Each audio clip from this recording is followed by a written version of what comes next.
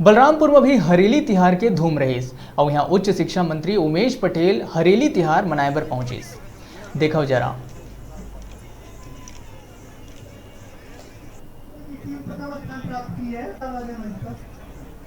हो उनके शिक्षा के लिए हो, उनके स्वास्थ्य के लिए हो, इस तरह के खर्चा करने का हमारा जो विजन है, हमारी जो सरकार की योजनाओं से छूटा हुआ है, कहीं कहीं पहुंच नहीं पाई।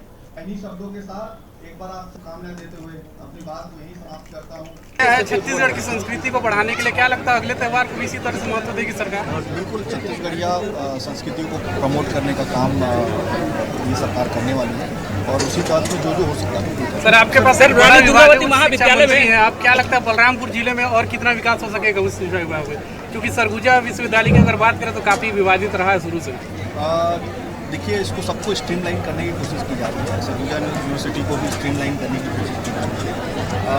बस्तर और सरगुजा हमारा थोड़ा सा दूरस्थ एरिया होता है, लेकिन यहाँ पे भी कोशिश हमारी यही है कि स्टूडेंट के संख्या को देखते हुए इसको प्रमोट किया जाए और इसको स्ट्रीमलाइन। सर, रानी दुर्गावती महाविद्यालय वाड्रफनगर में छात्र भटक रहे हैं सर, एडमिशन नहीं हो रहा है। गिट्टी की ओवरलोडिंग नहीं रुक रही है। गिट्टी की ओवरलोडिंग बिल्कुल लगातार जारी है। अच्छा, तो रोड खराब हो रहा है, मैं बात करता हूँ उसके बारे में, अगर ऐसा कुछ है तो कार्रवाई। सर, रानी दुर्गावती महाविद्यालय वाड्रफनगर में बच्चे भटक रहे हैं सर, एडमिशन नहीं मिल रहा है। बोल रहे हैं वहाँ की जगह फुल हो गया है, इस टाइप की समस्या आ रही है सर। जगह फुल हो चुकी है जी, सीट नहीं है।